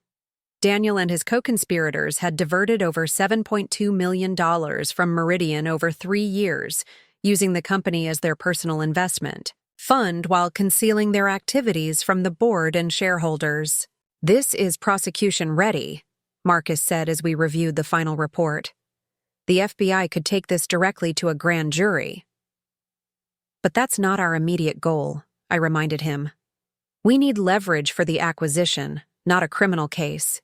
At least, not yet. The final piece of our evidence gathering focused on Meridian's board of directors. We needed to understand the dynamics, identify potential allies, and determine the best approach for our acquisition offer. This required a different type of intelligence gathering, the human kind. Rachel and I developed comprehensive profiles of each board member, analyzing their business histories, investment patterns, personal connections, and voting records on major company decisions. We identified Malcolm Reynolds, the longest-serving board member and former CEO, as our most likely ally. Reynolds had a reputation for strict corporate governance and had reportedly clashed with Daniel over international expansion strategies. Through careful networking, Rachel arranged an accidental meeting with Reynolds at a financial industry conference in New York. Their conversation, ostensibly about general market trends, allowed her to subtly gauge his concerns about Meridian's management. "He's worried," Rachel reported afterward. He didn't say it directly, but he hinted at reservations about the Asia-Pacific expansion, questioned whether proper controls were in place, mentioned board members not receiving detailed enough financial reports. He's suspicious, but doesn't have concrete evidence of wrongdoing. "Perfect," I said. "He's primed to receive our information." The final stage of evidence gathering involved legal preparation. I engaged Eleanor Graves, a formidable corporate attorney specializing in hostile takeovers and corporate fraud cases, to review our documentation and structure our approach to Meridian's board. "Your evidence of fraud is compelling," Eleanor confirmed after reviewing our files. But converting that into a successful acquisition requires careful strategic positioning. The board's first instinct will be to report the fraud to authorities, which could devalue the company significantly once the news becomes public. "How do we prevent that?" I asked. "By offering them a clean alternative," she explained. "A private acquisition that removes the corrupt executives, makes shareholders whole, and avoids public scandal. The key is presenting it as the only option that protects both the company's value and the board members' reputations." "Would they be concerned about their own liability?" Rachel asked. Eleanor nodded. "Absolutely. Board members can be held personally liable for failing to detect fraud of this magnitude. Your approach should emphasize that a private resolution protects them from potential shareholder lawsuits and regulatory investigations." With Eleanor's guidance, we crafted a comprehensive acquisition proposal that addressed the fraud directly, while offering Meridian's board a path that would preserve the company's value and their personal reputations. The proposal included a fair valuation for the company based on legitimate operations, a structured removal of Daniel, Winters, and Chen with non-disclosure agreements, a recovery plan for the misappropriated funds, a transition strategy that would maintain business continuity protection for innocent employees, including retention bonuses for key personnel. The proposal was designed to be irresistible when presented alongside the evidence of fraud, a corporate lifeline rather than a hostile takeover. During this intensive evidence-gathering phase, maintaining my facade as Daniel's supportive wife became increasingly difficult. Each morning as I prepared his favorite breakfast, each evening as I listened to his self-important recounting of his workday, I had to suppress my knowledge of his deception. I found myself studying him with new eyes, wondering how I had ever missed the signs of his fundamental dishonesty. "You're quiet lately," he remarked one evening as we prepared for bed. "Everything okay with your little business? Not working too hard, I hope?" The condescension in his tone, once merely irritating, now made my skin crawl. "Just focused on a complex client situation," I replied, the partial truth serving as my cover. "Nothing I can't handle." He smiled indulgently, patting my hand. "Don't stress yourself over it. Business complications are what I do best. Maybe I could advise you?" The irony was almost painful. "I appreciate that," I said, managing a smile. But I've got it under control. Indeed, I did. Far more than he could possibly imagine. As I laid beside him that night, listening to his steady breathing, I mentally reviewed the evidence we had gathered, the strategy we had developed, and the acquisition plan we were about to execute. After years of being controlled, diminished, and deceived, I was days away from taking control of Daniel's professional world. The evidence was gathered, the strategy was set, and Phoenix Capital Partners was poised to acquire Meridian Technologies, along with the power to determine Daniel Morgan's fate. The morning of the Meridian board meeting dawned crisp and clear. I stood at our bedroom window watching the sunrise paint the Boston skyline in shades of gold and amber, acutely aware that by sunset, my life would be irrevocably changed. Today was the day Phoenix Capital Partners would make its move to acquire Meridian Technologies. Daniel emerged from the shower, toweling his hair dry, completely unaware of what awaited him. "Big presentation to the board today," he announced, selecting a charcoal suit from his meticulously organized closet. "Quarterly results plus the Takeda implementation update." "You'll do wonderfully," I assured him, the practiced, supportive wife. "What time do you think you'll be home?" "Late, unfortunately. Board meetings always drag on. Then there's the obligatory dinner." He knotted his power tie, deep blue with subtle geometric patterns, his lucky tie for important presentations. "Don't wait up." I nodded, suppressing the knowledge that his board meeting would take a dramatically different direction than he anticipated. "Good luck," I said, kissing his cheek as he headed out the door. As soon as Daniel's car pulled away, I moved into action. I changed from my casual loungewear into a precisely chosen outfit, a tailored navy suit that projected authority without ostentation, accessorized with my grandmother's vintage Cartier watch, my own subtle power symbol. Rachel was waiting in a car 2 blocks away, dressed in similar corporate armor. "Ready?" she asked as I slid into the passenger seat. "As I'll ever be," I replied, checking the secure briefcase containing the evidence dossier we would present to the Meridian board.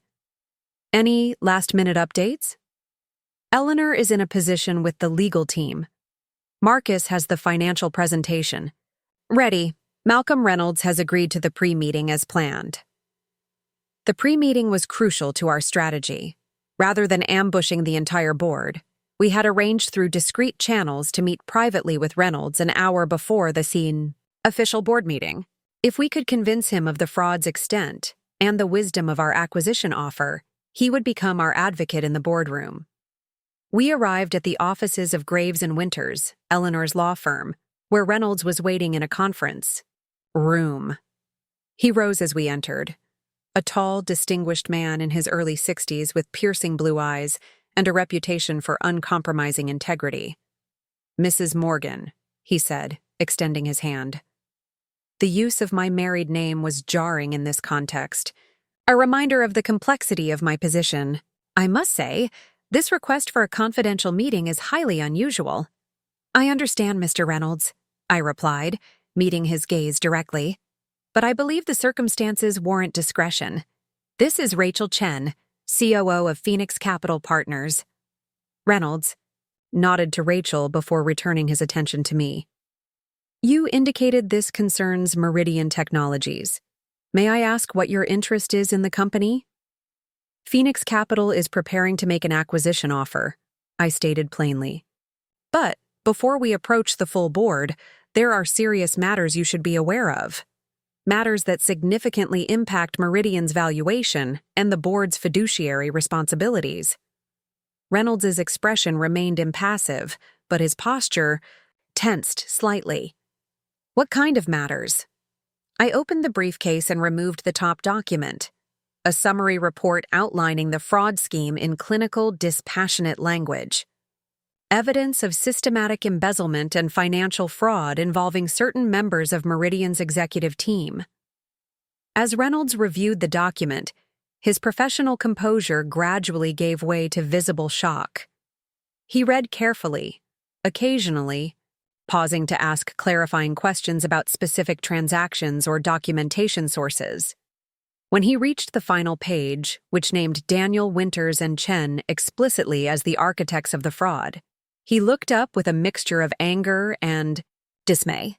"If this is accurate," he said, his voice tight with controlled emotion, "it represents a catastrophic breach of trust and corporate governance." "It is accurate, Mr. Reynolds," I confirmed. "Every document has been authenticated, every transaction verified. Phoenix Capital has conducted an exhaustive investigation. Why bring this to me before the authorities? Because going public with this information would devastate Meridian's stock value, potentially beyond recovery. Innocent employees would lose their jobs, shareholders would face significant losses, and the company's reputation would be irreparably damaged." Rachel leaned forward. "Phoenix is offering an alternative, a private acquisition that would remove the responsible executives, recover misappropriated funds where possible, and preserve the company's operational integrity." Reynolds studied us with new intensity. "You're suggesting we handle this internally, through a change of ownership rather than criminal prosecution?" "We're suggesting a solution that protects the interests of all innocent parties," I clarified. "The board, the shareholders, the employees, and the company itself." "And the guilty parties?" Reynolds asked pointedly. "Would be removed from their positions and required to make financial restitution," I explained. "Criminal charges could still be pursued at the board's discretion, but a private resolution offers greater control over the process and outcomes." Reynolds was silent for a long moment, processing the implications. "I need to understand your position more clearly, Mrs. Morgan. You're affiliated with Phoenix Capital, yet you share a surname with one of the accused executives. What exactly is your relationship to Daniel Morgan?" The moment had come for my first revelation. "I'm his wife," I said simply. Reynolds's eyebrows rose in surprise. "His wife is involved in a takeover attempt of his company? After uncovering his fraudulent activities? This is unprecedented." "The situation is certainly unusual," I acknowledged, "but my primary concern is ensuring a fair resolution that doesn't unnecessarily destroy what remains of Meridian's legitimate business operations." "And your role at Phoenix Capital?" "I'm the founder and majority owner," I said, watching as Reynolds processed this new information. "Phoenix Capital Partners is my company." Reynolds leaned back in his chair, reassessing me entirely. "Daniel has mentioned his wife occasionally. He described you as running a small consulting practice. He never indicated you were the head of a private equity firm." "Daniel has a habit of underestimating me," I replied evenly. "A habit that has proven costly for him professionally, as your review of those documents confirms." After a few more moments of consideration, Reynolds made his decision. "I'll present this information to the board. They need to know the extent of the executive fraud before making any decisions about the company's future. We're prepared to make our formal acquisition presentation immediately following your disclosure," Rachel added. "Our legal team can answer any questions about the transition process." Reynolds gathered the documents, his expression grave. "The board meeting begins in 30 minutes. I suggest you and your team wait in the adjacent conference room. This will be a difficult conversation, and the board will need time to absorb the implications." As Reynolds left to prepare for the board meeting, Rachel turned to me. "First hurdle cleared. He's taking it to the board." I nodded, feeling a strange sense of calm despite the enormity of what was unfolding. Now we wait. The 30 minutes passed slowly. Eleanor joined us with 2 associates, reviewing final details of the acquisition proposal. Marcus arrived with the complete financial presentation. We were a small army prepared for a corporate conquest, waiting for our signal to advance. At precisely 10:15 a.m., Reynolds' assistant appeared at the door. "Mr. Reynolds requests your presence in the boardroom." We gathered our materials and followed her through the executive floor of Meridian Technologies. I could feel curious eyes on us as we passed, visitors in formal business attire, clearly not the usual vendors or consultants who frequented these halls. The boardroom doors opened to reveal 11 people seated around a massive table of polished walnut. The atmosphere was charged with tension, faces registering various degrees of shock, anger, and disbelief. At the far end, Daniel stood frozen, his presentation interrupted mid-slide, his expression transforming from confusion to disbelief as he registered my presence. "Catherine?" he said, his voice a mixture of puzzlement and mounting alarm. "What are you doing here?" Reynolds spoke before I could respond. "Mr. Morgan, the board has just been presented with evidence of serious financial improprieties involving the Asia-Pacific division under your direction. Evidence suggesting you, along with Mr. Winters and Mr. Chen, have diverted company funds to private real estate ventures in Singapore through a network of shell companies." Daniel's face was drained of color. He glanced frantically from Reynolds. To me, comprehension beginning to dawn. "This is absurd. Whatever evidence you've been given is clearly fabricated." "The documentation appears quite thorough," said a stern-faced woman I recognized as Barbara Harrington, the board's audit committee chair. "Bank transfers, email correspondence, corporate registrations for Orion Pacific Ventures. Are you denying your involvement?" Daniel straightened, adjusting his tie in a reflexive gesture I'd seen countless times when he felt threatened. "I deny any wrongdoing. International business operations are complex, and transactions can appear irregular when viewed without proper context." "The context seems quite clear," Reynolds replied coldly. "Phoenix Capital Partners has presented a comprehensive case demonstrating systematic fraud. They've also presented an acquisition offer that would allow the company to address this situation privately, rather than through public disclosure and criminal proceedings." Daniel's eyes snapped to me, finally understanding my presence. "Phoenix Capital. You're here representing this firm?" His voice was incredulous, unable to connect his perception of his financially dependent wife with the corporate entity threatening his position. "I'm not representing Phoenix Capital, Daniel," I said, my voice steady despite the hammering of my heart. "I am Phoenix Capital. I found it. I own it. And yes, we're offering to acquire Meridian Technologies." The boardroom erupted in murmured conversations as Daniel stared at me, speechless for perhaps the first time since I'd known him. The carefully constructed reality where he was the business genius and I was the struggling consultant had shattered. "Completely. This is impossible," he finally managed. "You run a small consulting business. You barely make enough to contribute meaningfully to our household?"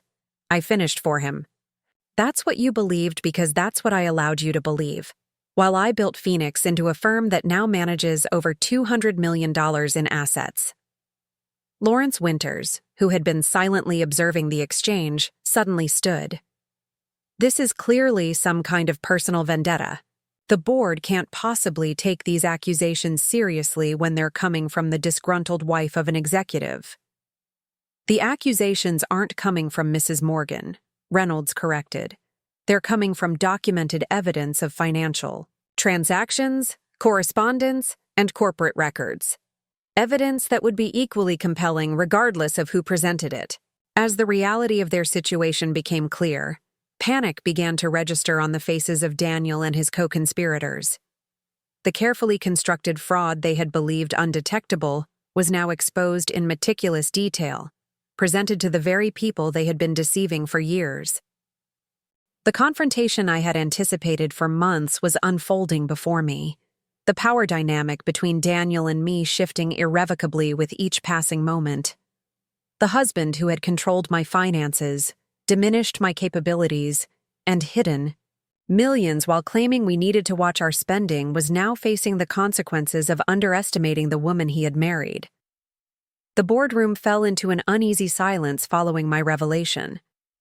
Daniel's face had cycled through shock, disbelief, and now settled into a cold, calculating anger I recognized from our worst arguments. But this time, he wasn't in control of the situation. This time, I held the leverage.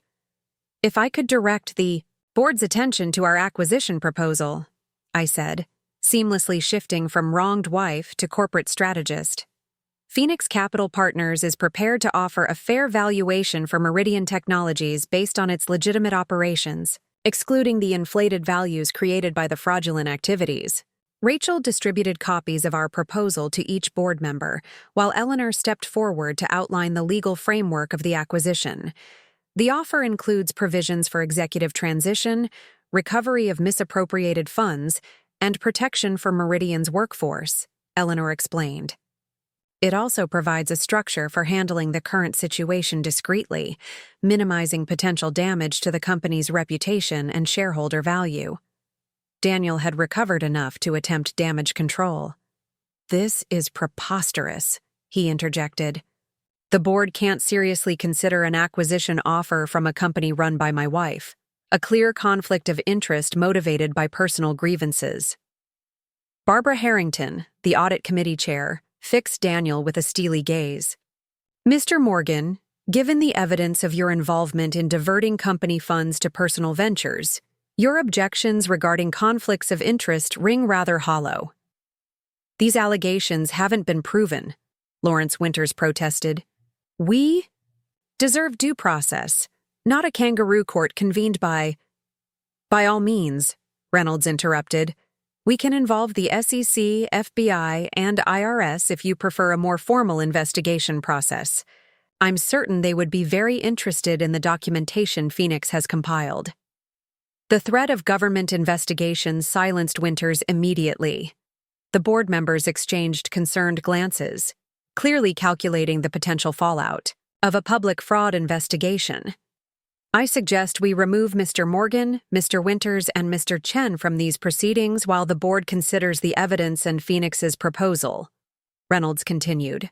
"Their presence represents an obvious conflict during these deliberations."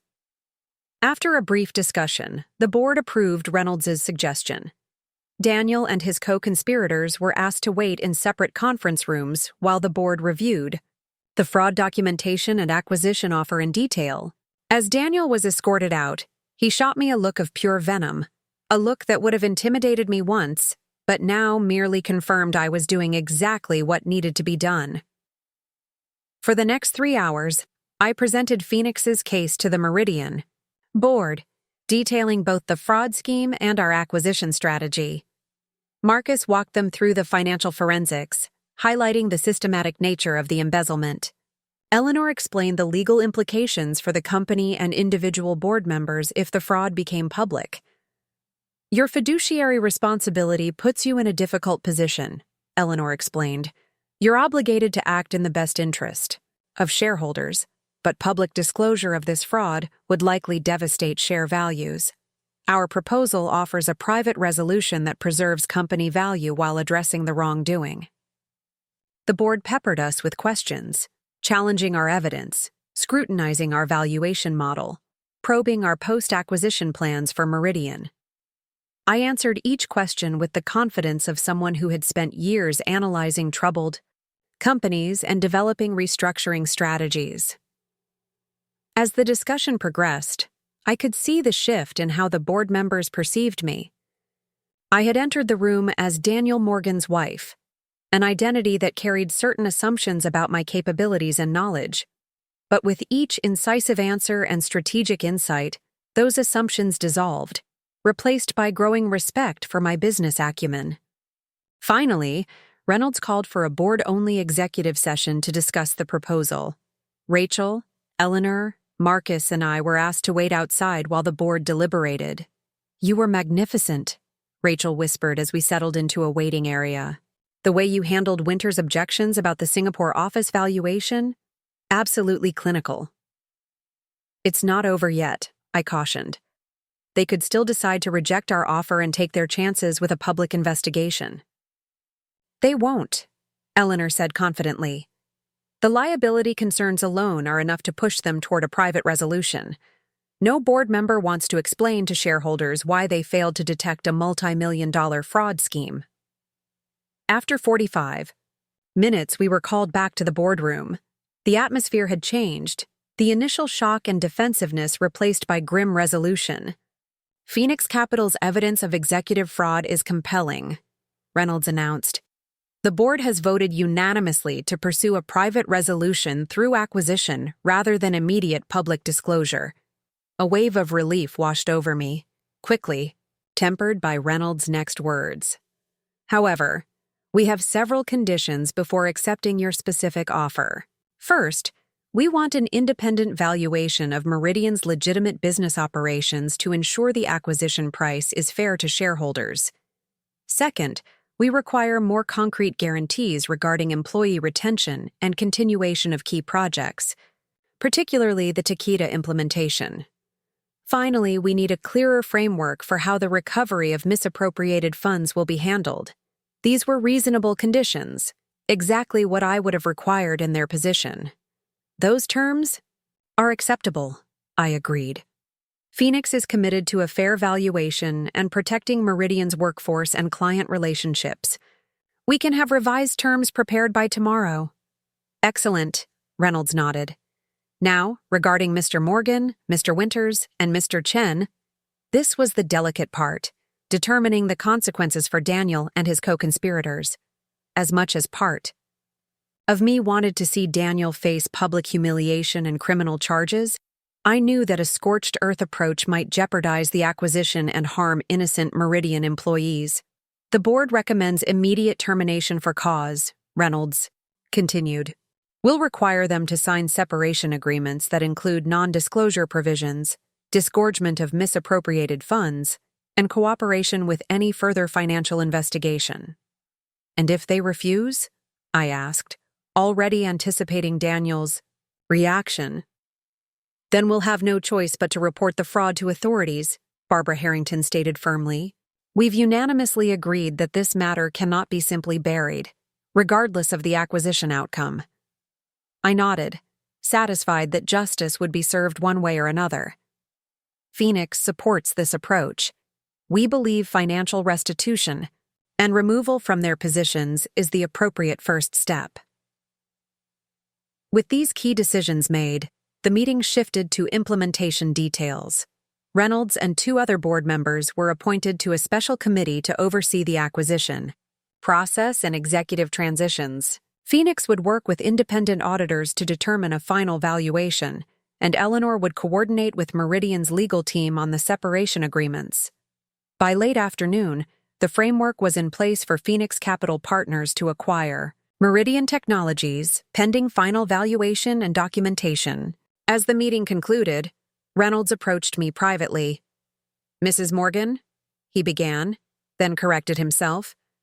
Ms. Williams, I presume you prefer? Catherine is fine, I replied, appreciating his acknowledgement of my independent identity. Catherine, then. I must say, this has been the most extraordinary board meeting of my 40-year career. His expression was a mixture of admiration and lingering shock. Your husband, forgive me, Daniel, spoke of you occasionally, always suggesting you were struggling professionally. A small consulting practice was how he described it. I smiled thinly. Daniel has always been skilled at creating narratives that serve his purposes. Clearly. Reynolds shook his head. I've worked with Daniel for 5 years. I considered myself a good judge of character. Yet I never suspected. He trailed off, still processing the day's revelations. Fraud thrives on trust and presumed competence, I observed. Daniel exploited both skillfully, in business and in our marriage. Reynolds nodded thoughtfully. Well, the board has made its decision. Daniel and his colleagues will be notified immediately of their termination.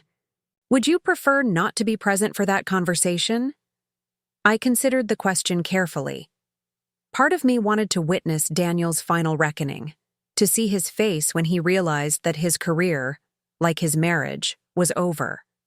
But I recognized that impulse as a desire for personal vindication rather than professional necessity.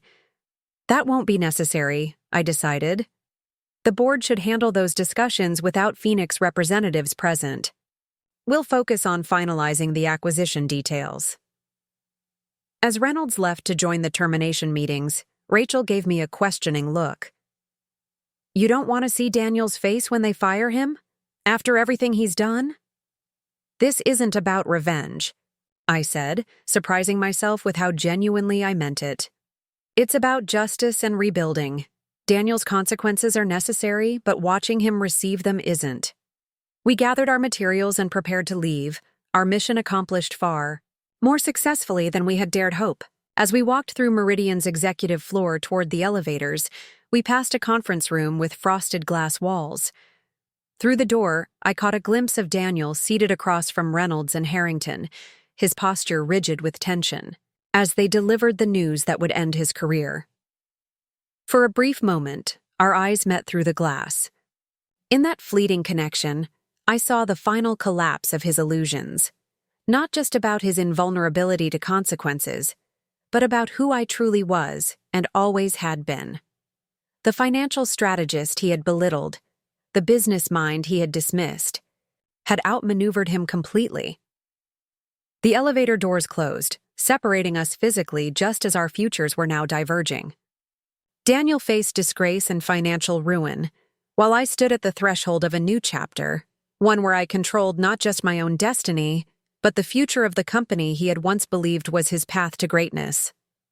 Justice was indeed in progress, unfolding not through public shaming or criminal courts, but through the same corporate mechanisms Daniel had exploited.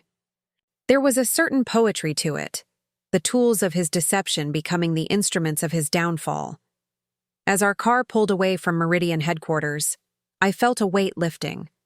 Not just the burden of the acquisition strategy we had carried for months, but the heavier emotional weight of my fraudulent marriage. For the first time in years, I was moving forward as my authentic self, no longer constrained by Daniel's diminishment or control. The power had shifted. Justice had begun. And the woman Daniel had underestimated was now the owner of his professional world.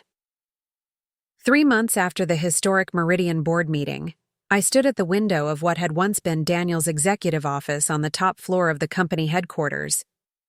The view of Boston Harbor was spectacular, particularly at sunset when the water reflected the amber and crimson sky. It was the kind of view Daniel had always believed he deserved, a visible symbol of his success and status. Now it was mine, though I rarely used the office. Most days I operated from Phoenix's headquarters, leaving Meridian's day-to-day operations to the capable executive team we'd assembled after the acquisition. But today was special. The final closing of the acquisition process, with the last legal document signed and the transition officially complete. So much had changed in those 3 months, both professionally and personally. The most immediate change had been my living situation. The day after the board meeting, while Daniel was meeting with his hastily retained attorney, I had returned to our apartment with a moving team and security personnel, collected my personal belongings, and moved into a hotel temporarily.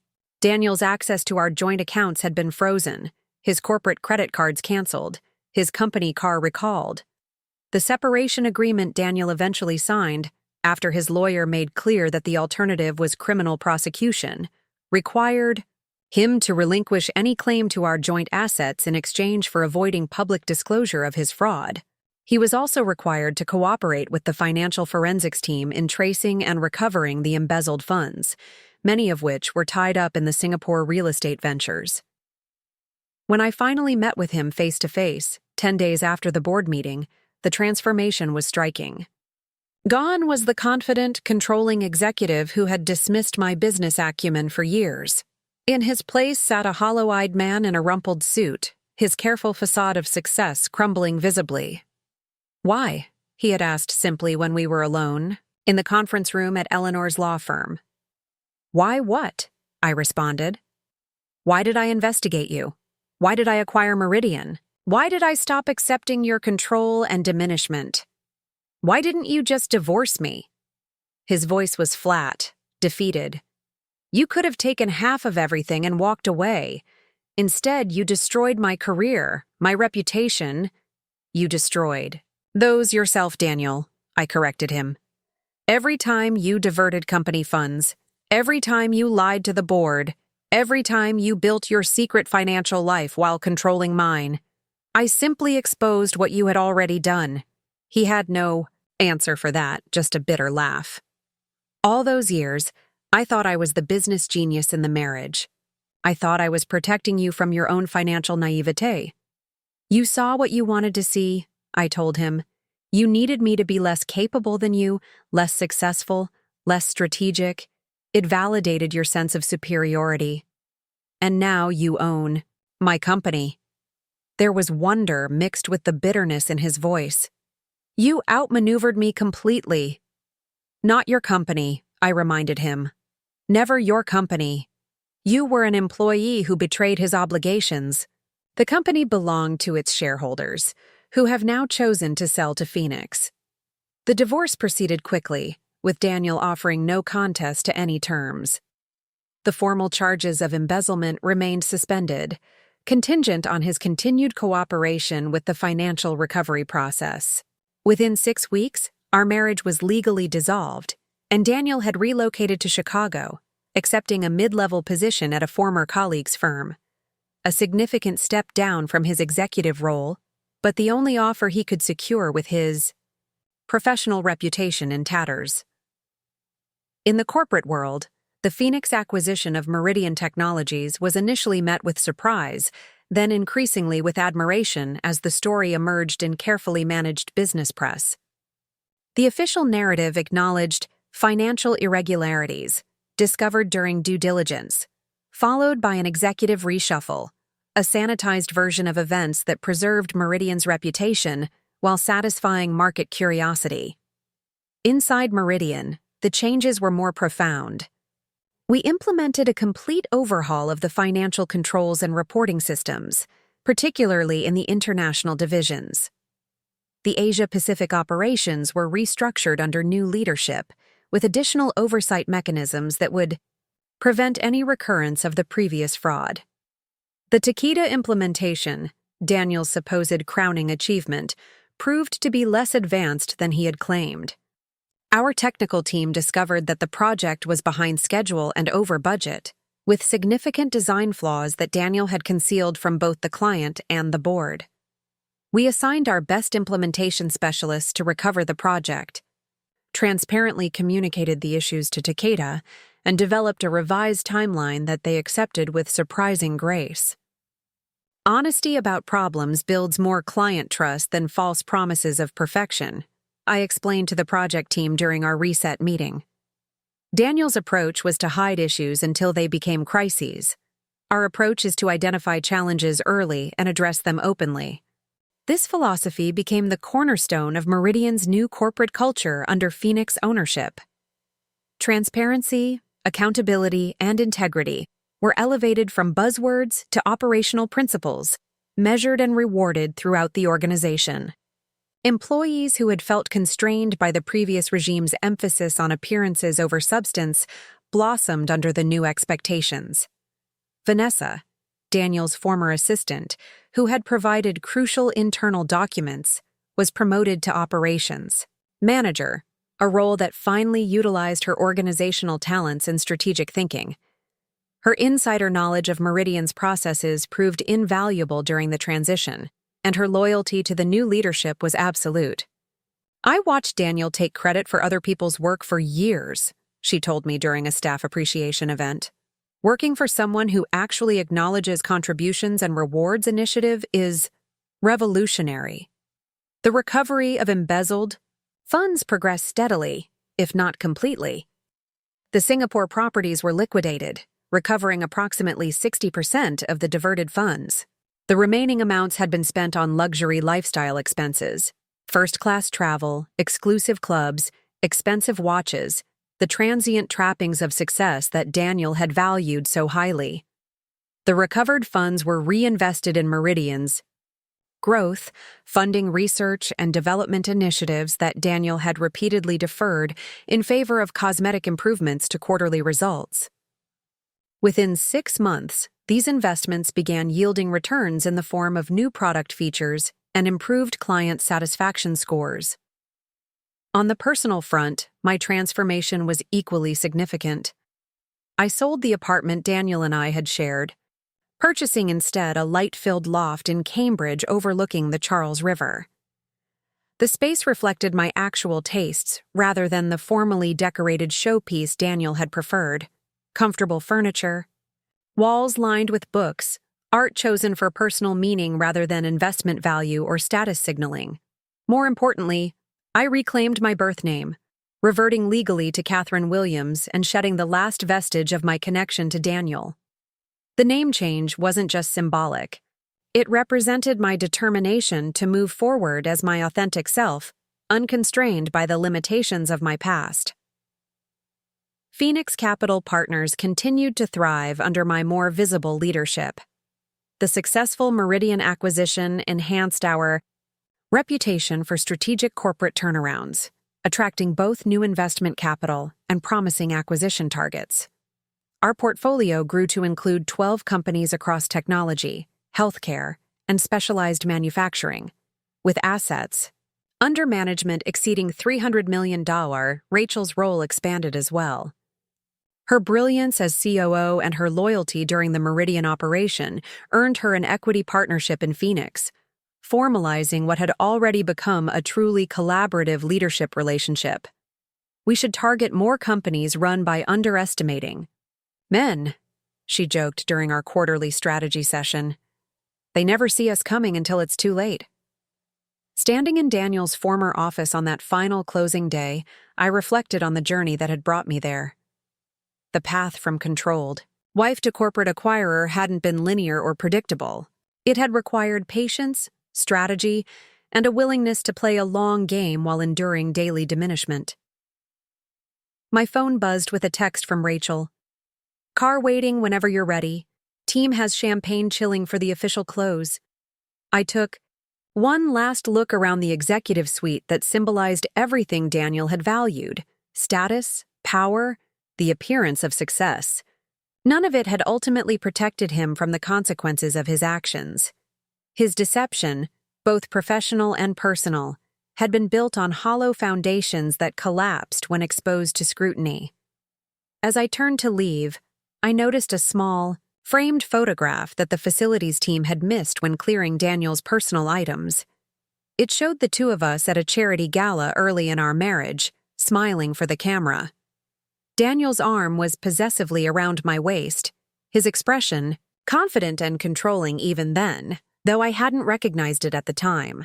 I studied my younger self in the photo, the woman who had not yet recognized the cage being built around her, who still believed in the partnership her marriage claimed to be.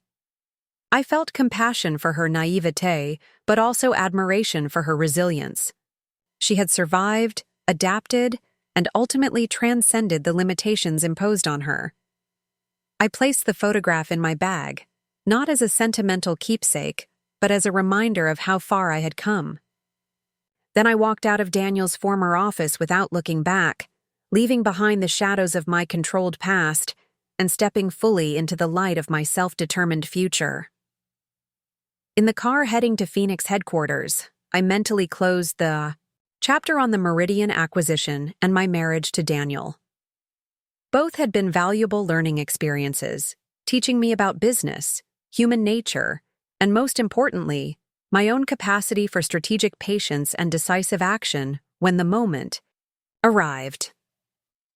The woman who had once asked permission to buy a pair of shoes now controlled a multi-million-dollar investment firm. The consultant whose business acumen had been consistently dismissed had orchestrated one of the most interesting private acquisitions in Boston's business community. The wife who had been financially controlled now determined the economic fate of hundreds of employees, including her former husband. The symmetry was satisfying, but it wasn't the end of my story, merely the beginning of a new chapter written entirely on my own terms. As we pulled up to Phoenix headquarters where my team waited to celebrate, I felt a profound sense of alignment between who I truly was and the life I was now living. Daniel had thought I was broke until I bought the company he worked for. What he hadn't understood was that the greatest poverty isn't financial. It's the diminishment of one's talents, potential, and authentic self. By breaking free from that constraint, I had discovered a wealth that transcended balance sheets and acquisitions.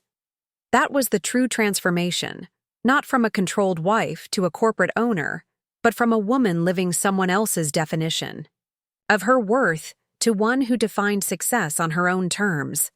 And that was a change no one could ever take away from me again. Looking for more? We've got 2 amazing stories ready for you right on screen. If this one touched you, these are absolutely worth your time. Click to watch them now. And hey, subscribe and hit that bell to never miss our latest uploads.